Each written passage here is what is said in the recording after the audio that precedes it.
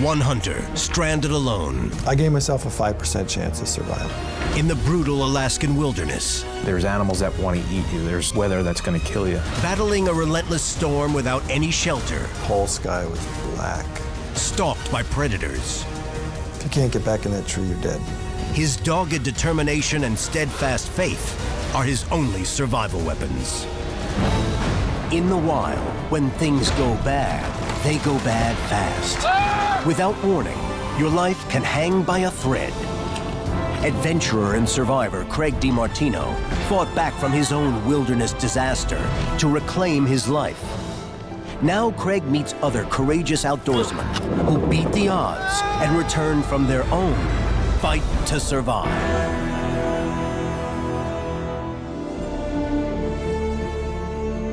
Hi, I'm Craig DiMartino. This is one of Alaska's most remote areas. It was here on a hunting trip that Adrian Knopp's friend Garrett Hagan disappeared. Now, alone on a marshy delta much like this one, Adrian is both physically and emotionally drained. But he doesn't want to die here. There is plenty that can kill a man out in the remote wilderness of Alaska. Grizzlies, wolves, swift river currents, frigid waters, and extreme weather. 51-year-old Adrian Knopp was unfortunately all too familiar with the list.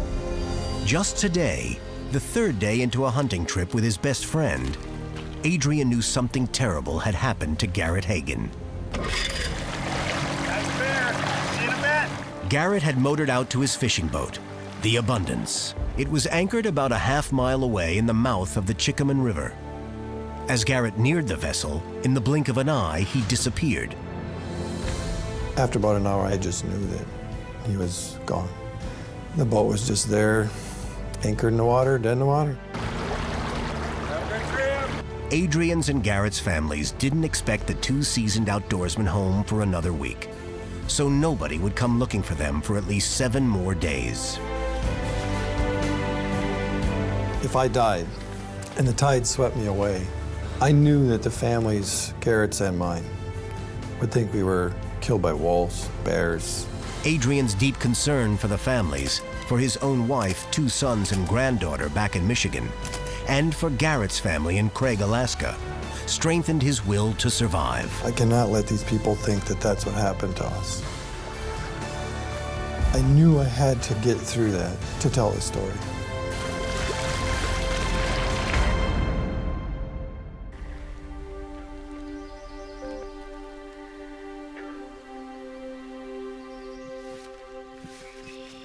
His first goal was to get off that mudflat. Adrian knew that in the Misty Fjords area of southeast Alaska, the icy tides rush in. He needed to find higher ground or he'd drown. The mudflat was bordered by steep vertical cliffs on one side and the Chickamun River on the other. A narrow tree line edged along the base of the cliffs. It's only about 20 yards of trees before it goes straight vertical cliff walls. The tree line was full of wolf and bear tracks.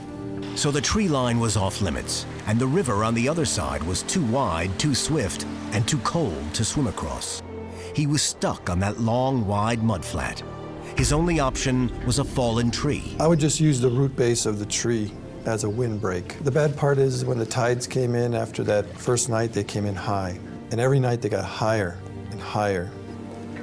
The tree trunk provided a solid windbreak, and Adrian was able to build a small fire. But the tides kept growing, getting deeper and deeper around the tree. My dry spot became wet underwater. It came in so fast, it just picked the fire up, it was gone. Adrian took Craig DiMartino back to that fallen tree that gave him sanctuary from the fast-rising water. There was my perch right there. So you get up here and there's a little place to stick half your butt and one shoulder into. But when the winds are really strong, see the wind, like even now in the breeze, it's coming through here like a funnel. Right. Hits me right in the side of the head. So you bunch up, down like this and like this, and you just sit. Rain continued into the next day, but the storm that had soaked the fire came with one silver lining. There was a pocket in the tree, just a little bowl, couldn't get my hands or face in it, but I could cut a piece of dried marsh grass. I used it as a straw, and I drank out of that, the rainwater. When the low tide was out, I figured I needed to get some real water, so I hiked over to the mountains to the south.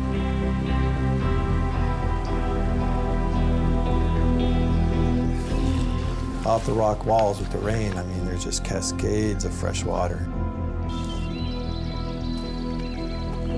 So I would just stay there for about a half an hour, and I would drink until I couldn't drink anymore. And then I'd walk back before the tide came in. Adrian ventured to the tree line during the short couple of hours during low tide, and only in daylight. Nighttime in those trees was far too dangerous. Every morning when I was there, I would look. You'd always see the wolf tracks. And when you get out into the sand, there is a pretty major bear trail. I figured, you know, this is covered by tide. Twice a day, I'm seeing these tracks. I cannot come to the trees for shelter. The day he and Garrett had come ashore, Adrian had brought with him 4 small snack bars. He still had those, and he still had Garrett's 2 hunting rifles. I thought about hunting for food, but without a fire, I asked myself, are you ready to eat whatever you shoot raw? And I'm like, no. In case a passing aircraft happened to fly by, Adrian prepared a hasty signal. I would go down at low tide, and I went way out to the end, and I wrote an SOS. And then I drew a big arrow, and then walked up the sand, maybe 100 yards, and then I drew another big sign, help, another big arrow. So if a plane's flying there, they would fly right along the arrows, and I'd be standing at the end of them.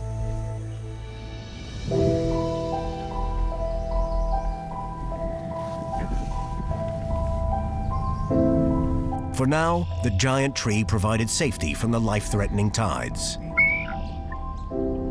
I was basically trapped up on that perch. But less and less respite from the worsening weather. Stuck out in the open, he braced himself as a black sky crept across the horizon. Big black billowing clouds were just coming in over the mountains across the channel. Wow, that's a big storm. And then it started to lightning. Electrical storms are rare for Alaska. Boom, boom, boom. Wow, that's pretty. But at the same time, you knew it was headed your way. And I'm standing in the middle of a tidal flat of a river. Exposed, nowhere to hide, Adrian was a perfect target for a lightning strike. I had a thought that I may not get out of there.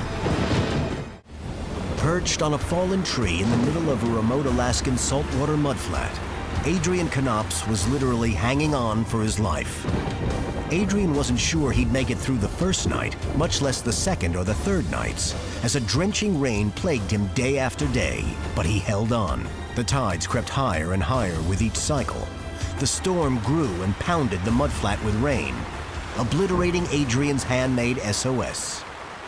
And on Thursday, it was like there was a wall, and it was 5-mile-an-hour wind turned into a 70-mile-an-hour wind, like that. Whoa, you know, your clothes are just fluttering back. I was semi-hypothermic. I was like, man, I may not get out of here. But Adrian was driven by his desire to live and to be able to tell his family, and especially Garrett's, what had happened to him. My whole personal focus out here, and that's why this area doesn't bother me. It wasn't about me. This whole area wasn't about me. I was surviving for my wife and granddaughter and kids, to make sure that the families knew the right story, and make sure that if I died right here, God would look at me and be happy. So in the middle of the vicious storm, thinking Thursday night might be his last, Adrian worked out a way to leave behind a record of their ordeal. I took one of Garrett's guns, And I took my hunting knife. I proceeded to carve a message into the gun. In essence, it said that Garrett was from Craig, Alaska, and he died on September 15th, 2013, taking his big bear to the boat. I thought that would give him the story of what happened of our hunt and how he died. And then I said, Adrian Knops, stuck on tidal flat, cold, wet, no food. I had it high up so that people searching a rescue, passing boaters, maybe would see this gun, even if it's 3 years from now. It was like I put a message in a bottle and threw it into the river. You know, it was just, there's hope right there. Friday came. I guess I can take more than I think I can. And that gives you a resolve to keep going on more. And then about the same time in the afternoon, boom, that wind came back. The storm returned with a vengeance, as if focusing all its deadly energy directly at the withered tree and the battered hunter. I thought the winds the previous 2 days were bad. Wow. Every time I turned around, especially with the storm, it just got worse. If the previous winds were 75, these were 100+ winds. It forces you up on top of that tree. When I got up there, it almost blew me off. I knew I couldn't fall off in the water because by that time of the week, the tide was up about 5 feet around that tree. That was a tough afternoon. For Adrian Knops, the last 6 days had been extremely tough. He started the week with 4 snack bars. He ate the last one 2 days ago. The only fresh water to drink was whatever settled in the nooks and crannies of the tree trunk. Any energy he had left, he spent clinging to that tree. But by the last night, I could tell I was getting weaker. I was so sleep deprived. I mean, at that point, it was 6 days with 3 hours of sleep. Throughout his ordeal, 2 things had brought Adrian comfort. Oh, please, Jehovah, I know that you are looking on. A Jehovah's Witness, Adrian began praying on day 1. The prayer was more of an ongoing narrative, spoken out loud, feeling God was right there at his side helping him out. His other solace came whenever he looked out towards the mouth of the river and saw the abundance. Seeing Garrett's fishing boat still firmly anchored gave him hope. So you had a clear shot at the abundance. Were you just looking just to look at it, to see it? You know, the Coast Guard's bound to come once we're reported missing. I figured if they saw the boat, I mean, the natural thing is follow the river up. Saturday evening, the rain let up and the storm cleared just briefly, but long enough to deal Adrian one more cruel, demoralizing blow. But when it stopped right before dark, the boat was gone. I was like, oh no. You know, the starting point of the search has just drifted away. The violent storm had broken the abundance off its anchor and sent it out to sea with the current. The wilderness, it seemed, was going to win in Adrian's week-long fight to survive. What would be when you felt like, I'm at the bottom, this is it? It'd have to be Sunday morning. I was ready to collapse. Right. I'm sure looking back, it was sleep deprivation, you know, a whole week with only a few hours of sleep. And that's when I said, I may not make it back up on top of this tree. I just laid down. I didn't have that drive to stand anymore. I just had to get some rest. Because the pain was so intense at the time. Knives in your joints and the hips. And I was like, you know, this is probably your last morning. The tides will come in midday. And if you can't get back in that tree, you're dead. Adrian Knops has been stranded in the wilderness of Alaska for a week.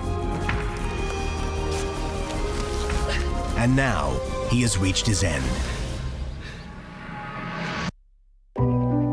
And you decide to just lay down. Yeah, I just laid down in the wet grass. Like you're not gonna get back up, like this is the end. I knew there was a chance. Jehovah,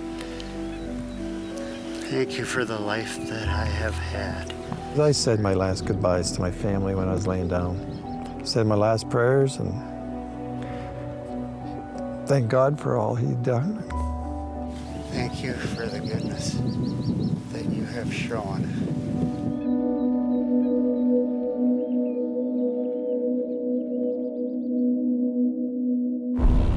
In the pre-dawn hours of Sunday, September 22nd, a Coast Guard helicopter crew based in Sitka, Alaska, took off for the Misty Fjords wilderness. A cruise ship had just reported finding an abandoned vessel adrift in that area. It was the Abundance. Well, it's the dreaded call that every fisherman family in the world dreads.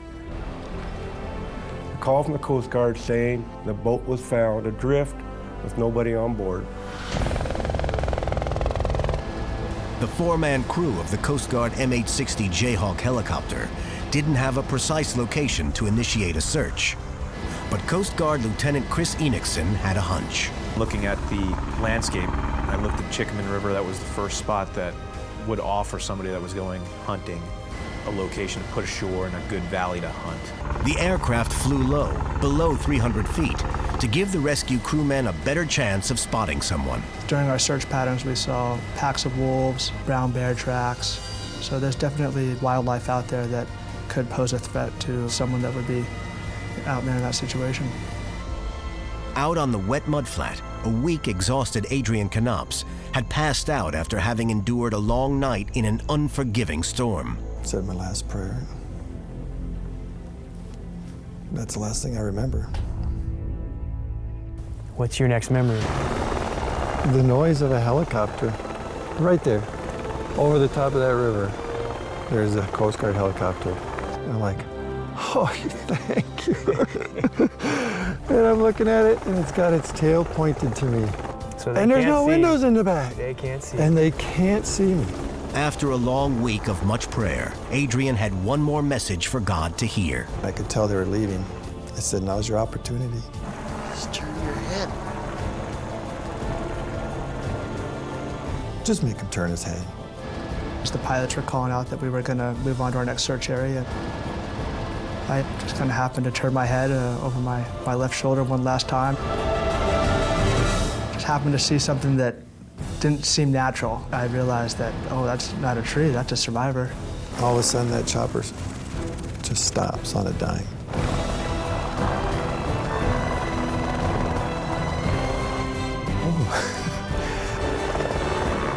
Door flings open, and I stepped out of the aircraft and walked over to Adrian. He had told me that he had been sitting there for 7 days waiting for help. All right, well, we're here to get you out of here. It's policy that rescue crewmen only retrieve the survivor and not any gear. But Adrian wasn't going to leave behind the rifles, especially not the one that he had carved with the story of Garrett's terrible fate. they started walking me to the helicopter, and I said, we got to take these guns. And I said, Garrett's family would want the gun with the message on it. I wanted the gun with the message on it. So they saw it, and they unloaded them and brought them with.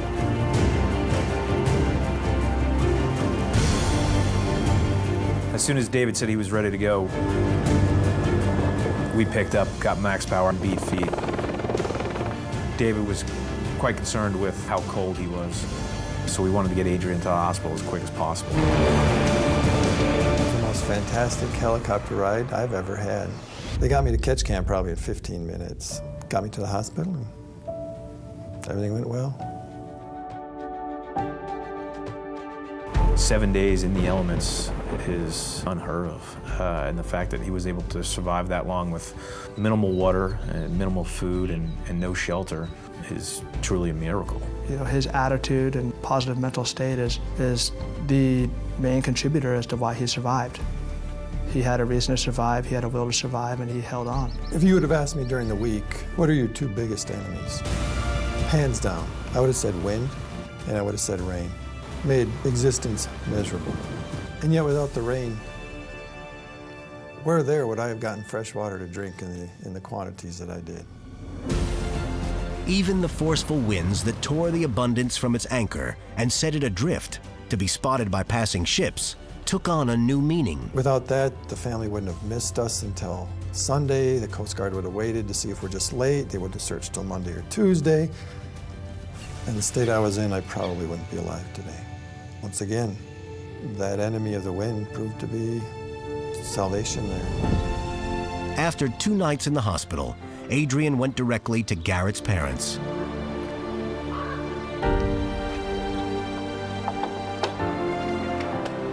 I'm so sorry about Garrett. He returned Garrett's rifle, bearing his indelible account of their son's last moments. Garrett Hagan, Craig, Alaskan, died taking a big bear to the boat. I looked at the gun. I did what I thought I'd do. Oh, man. I just broke down and started crying. It was very, very emotional. Thank you. I'm glad you made it. 4 days after Adrian was rescued, the Coast Guard located the drowned body of Garrett Hagan, nearly 30 miles from where his boat had been anchored. We're a very close family. And I was grieving, you know, my heart was broken. I lost my boy, but I wasn't angry. Just recently, the photos were found on a camera that Garrett had on his person. Garrett was always a happy guy.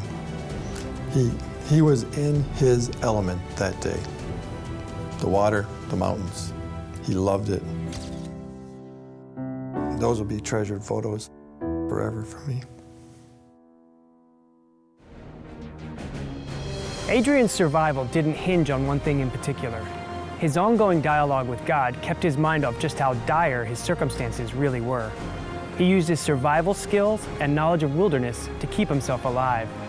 But it was his faith and focus on family that fueled Adrian's epic fight to survive.